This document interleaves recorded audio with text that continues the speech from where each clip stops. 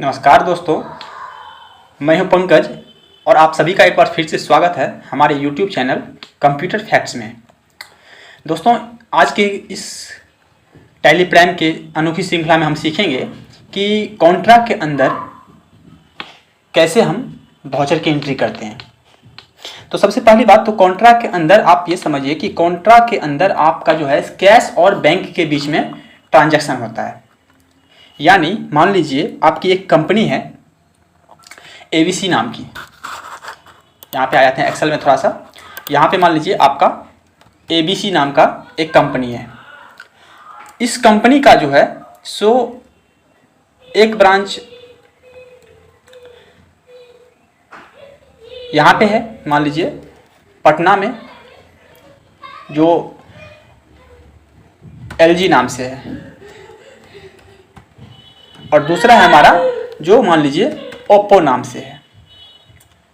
ये दो कंपनियां हैं जिसका ओनर एक ही है, एबीसी।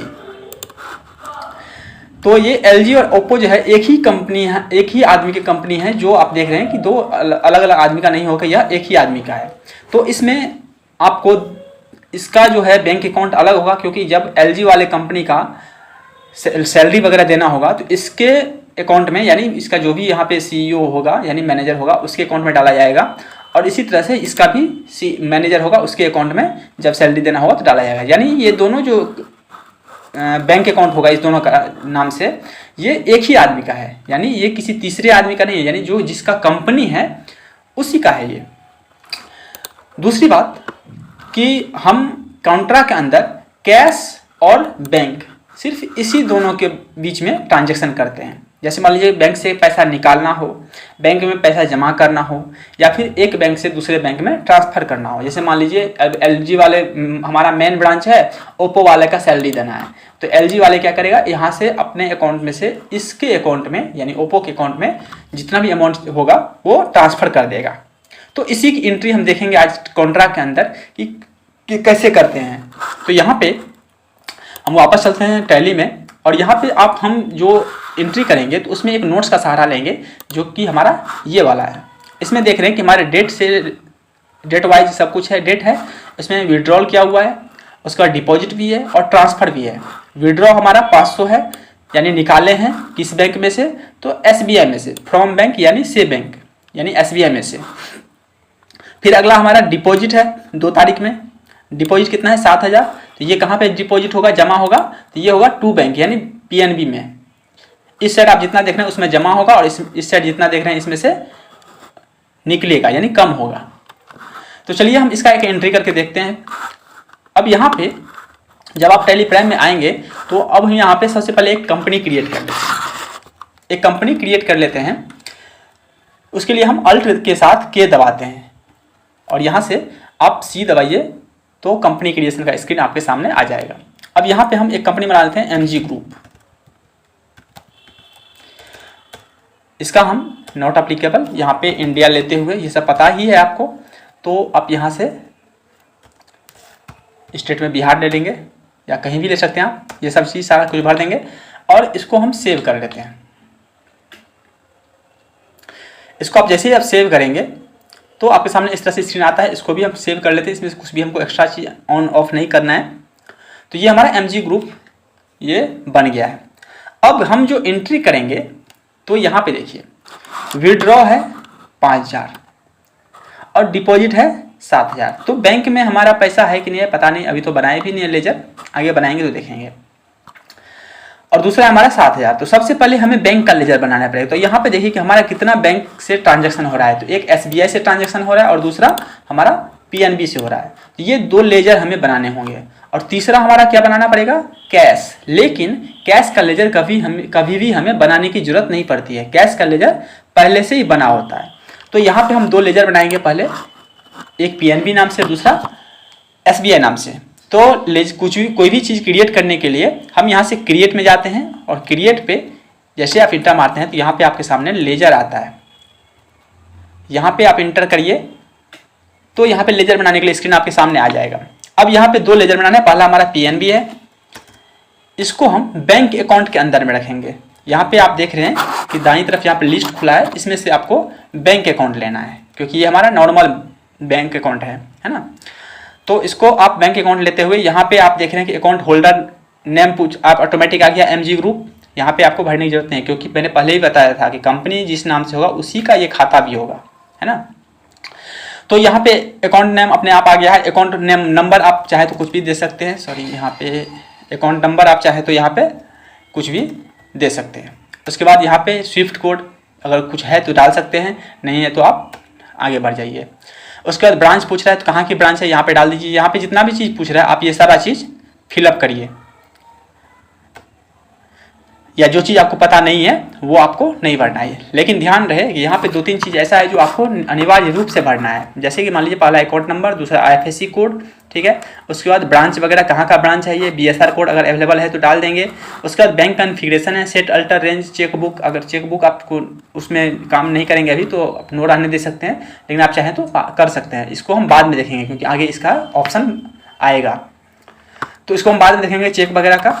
और फिर यहाँ पे आप आता है मेलिंग डिटेल्स। तो मेलिंग डिटेल्स में जिसके भी नाम से ये कंपनी है और जिसके नाम से ये अकाउंट है उसका सारा डिटेल्स यहाँ पे भरना है आपको। इस आपको भरते हुए यहाँ पे आपको टिन नंबर, ध्यान रहे कि कंपनी का टिन नंबर डाल देना है PNB में यहाँ पे। अब यहाँ पे आप इसको एक्सेप्ट कर लीजिए। ध्यान रहे कि यहाँ पे ओपनिंग बैलेंस में हम देख रहे हैं कि यहाँ पे हम कुछ नहीं डाले हैं, तो आपको भी कुछ नहीं डालना है। ओपनिंग बैलेंस मतलब कि आपके अकाउंट में उतना पैसा है पहले से, तो अभी हमारे अकाउंट में 0 पैसा है, कुछ भी नहीं है। इसको आप एक्सेप्ट करा लीजिए। फिर दूसरा हम बनाएंगे SBI नाम से। इसको भी बैंक अकाउंट के अंदर रखते हुए यह सब सारा चीज़ फिलअप करते हुए इसको भी हम सेव कर लेते हैं। इसको भी हम यहाँ से एक अकाउंट नंबर कुछ भी डाल देते हैं और IFSC कोड कुछ भी डाल देते हैं। इसको भी हम इस तरह से सेव कर लेते हैं। तो 2 लेजर हमारा बन गया। अब तीसरा हमारा कौन सा बनाना है, जो कि नहीं बनाना है अभी, कैश का लेजर, क्योंकि कैश का लेजर पहले से ही बना होता है। तो चलिए उसको देखते हैं, लेकिन उसको थोड़ा सा अल्टरेशन करना पड़ेगा। क्योंकि मान लीजिए अगर किसी भी बैंक में हम पैसा जमा करेंगे, डिपॉजिट करेंगे, तो यहाँ पे हमारे पास अभी कैश इन हैंड यानी हमारे पास 1 भी रुपया नहीं है ना। कैसे नहीं है वो आपको दिखाते हैं। तो वापस आ जाते हैं एक बार टैली प्राइम के अंदर। वापस से हम जाएंगे कहाँ पे, गेटवे ऑफ टैली में, बाहर निकल जाएंगे। अब यहाँ से जाना है अल्टर में। अल्टर में जाने के बाद आपको जाना है लेजर में, और लेजर में जाने के बाद आपको जाना है कैश में। यहाँ पे देखिए मैंने आपको पहले ही बताया था कि अगर यहाँ पे ओपनिंग बैलेंस में, ओपनिंग बैलेंस जहाँ भी पूछता है अगर वहाँ पे डालते हैं तो उसका मतलब उतना पैसा आपके पास है, यानी उतना चीज़ वो है। तो यहाँ पे ओपनिंग बैलेंस में कुछ नहीं डाला हुआ है, इसका मतलब हमारे पास पैसा एक भी नहीं है। अगर पैसा नहीं है तो फिर जमा कैसे करेंगे, तो वो निगेटिव कैश दिखाएगा बाद में, है ना। वो आपको दिखाएंगे कि कैसे निगेटिव कैश दिखाता है, फिर भी आपको एंट्री करके हम दिखाएंगे कि निगेटिव कैश कैसे दिखाता है। तो यहाँ पे आप क्या कीजिए, एंटर मारते हुए इसको नीचे आइए और यहाँ पे आप यहाँ पे 5 लाख डाल दीजिए। सॉरी 5 लाख नहीं, हम यहाँ से लेंगे। यहाँ पे हम देख रहे हैं कितना डालना है। यहाँ पे देखिए कि हमारा जो है, अच्छा ओपनिंग बैलेंस यहाँ पे 2.5 लाख है SBI का, और PNB का भी 2 लाख है। तो कोई ना बात नहीं, इसको भी अल्टर कर लेंगे हम। फिलहाल हम कैश का कर लेते हैं। तो यहाँ पे लिखा हुआ है now alter the cash ledger with 3 lakh. तो यहाँ पे आप 3 लाख डाल दीजिए। 3 1 2 3 30,000 3 लाख, यानी अब इतना पैसा 3 लाख रुपये आपके पास है, यानी इतना पैसा आप किसी को भी दे सकते हैं, निगेटिव कैश नहीं बताएगा। चलिए एक और PNB और SBI को भी अल्टर कर लेते हैं। तो PNB में हमारा कितना होना चाहिए, PNB में होना चाहिए हमारा 2 लाख। ये आप हम इसलिए भर रहे हैं ताकि हमको निगेटिव स्टॉक नहीं दे। यहाँ पे ओपनिंग बैलेंस जो देख रहे हैं यहाँ पे सबके नीचे में, इसलिए डालते हैं ताकि हमको निगेटिव कैश ये नहीं शो करे।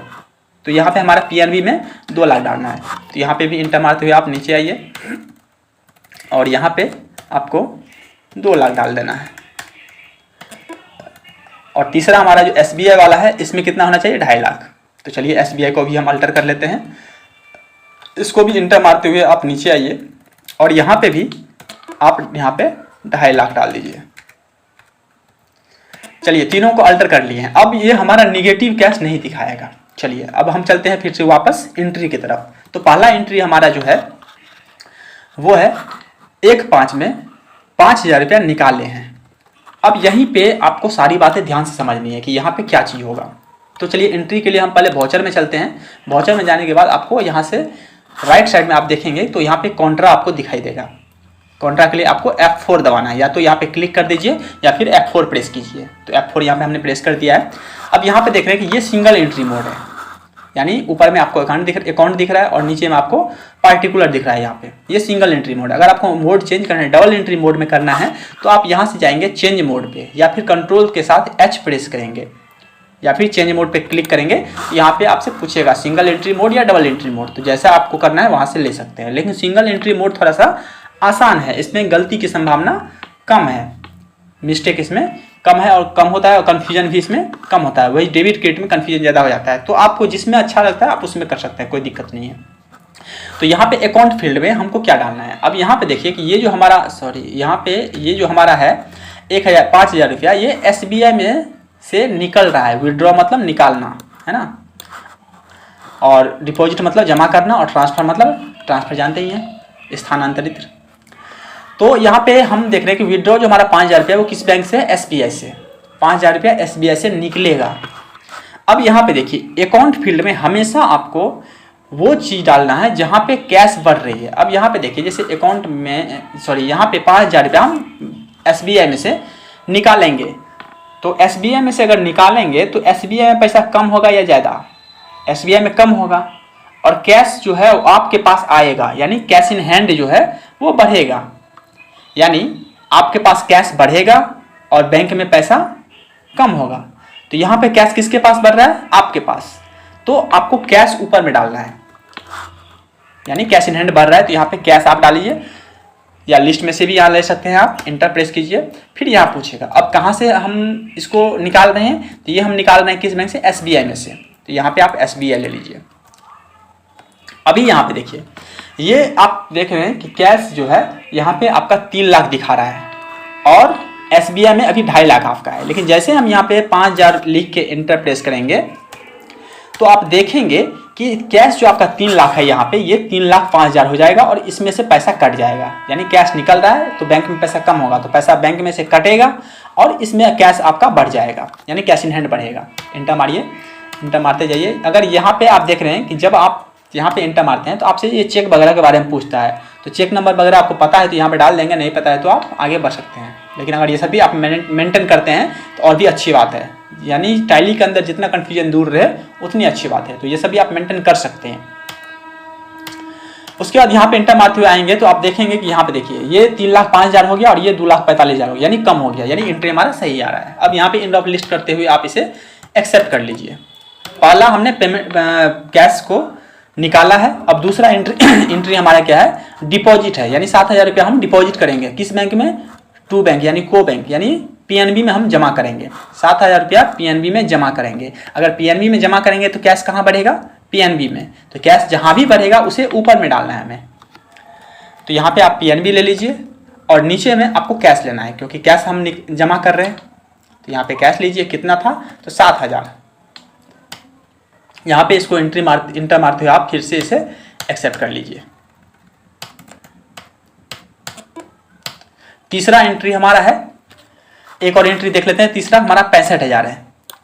तो 65,000 जो हमारा ट्रांसफर है, यानी फ्रॉम बैंक, इस बैंक में से SBI में से टू बैंक PNB में, यानी SBI में से PNB में जमा करना है। तो PNB में कैश बढ़ेगा और SBI में कैश कम होगा। तो जहाँ पे कैश बढ़ेगा उसको कहाँ रखना है, अकाउंट फील्ड के अंदर में, यहाँ पे रखना है।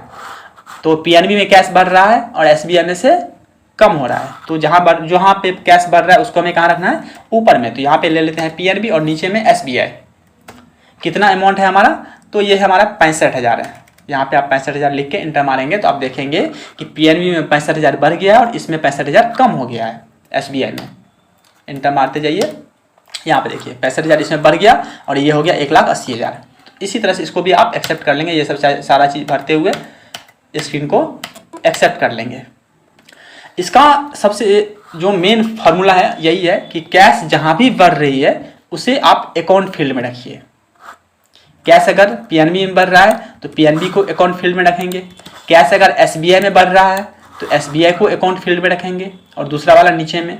हर एक ट्रांजैक्शन में 2 पक्ष होते हैं, है ना। जैसे एक जमा होगा तो एक जमा करेगा, एक निकालेगा तो एक निकलेगा, है ना, एक में से निकलेगा। तो जहाँ पे भी कैश बढ़ रही है वो आपको ऊपर में डालना है। SBI में बढ़ रही है कैश, यानी कैश आप निकाल रहे हैं, कैश आप जमा कर रहे हैं जिस बैंक में, SBI में, तो SBI ऊपर में डालेगा। और अगर कैश आप निकाल रहे हैं तो कैश इन हैंड आपका बढ़ेगा। कैश का मतलब यहाँ पे कैश इन हैंड से है, यानी कैश इन हैंड यानी आपके हाथ में वो उतना पैसा है ना। तो अगर कैश आप निकाल रहे हैं तो कैश ऊपर में बढ़ेगा, क्योंकि कैश निकाल रहे हैं तो पैसा आपके पास बढ़ेगा। अगर कैश आप जमा कर रहे हैं तो जिस बैंक में जमा कर रहे हैं उस बैंक का नाम ऊपर में डालना है आपको यहाँ पे। तो सीधा सा फॉर्मूला है, आप इसको याद कर लीजिए कि कैश जहाँ पर भी बढ़ रही है, जहाँ पर भी इंक्रीज हो रही है, उसे आपको अकाउंट फील्ड के अंदर में रखना है। तो इसी तरह से आप इसका सारा एंट्री कर सकते हैं, बारी बारी से आप चाहें तो कर सकते हैं। तो दोस्तों आज के इस वीडियो में हमने सीखा है कि हमारा कॉन्ट्रा के अंदर में जो है सो कैसे वाउचर का एंट्री करेंगे, यानी हम डिपॉजिट, विड्रॉ और ट्रांसफ़र को कैसे करते हैं। उम्मीद है कि आपको ये वीडियो पसंद आएगी। अगर आपको ये वीडियो पसंद आती है तो चैनल को सब्सक्राइब कीजिए, वीडियो को लाइक कीजिए, शेयर कीजिए, ताकि आपके दोस्त भी कुछ इससे सीख सके। तो मिलते हैं टैली प्राइम की अगली श्रृंखला में अगली वीडियो के साथ। तब तक के लिए टेक केयर, बाय, जय हिंद।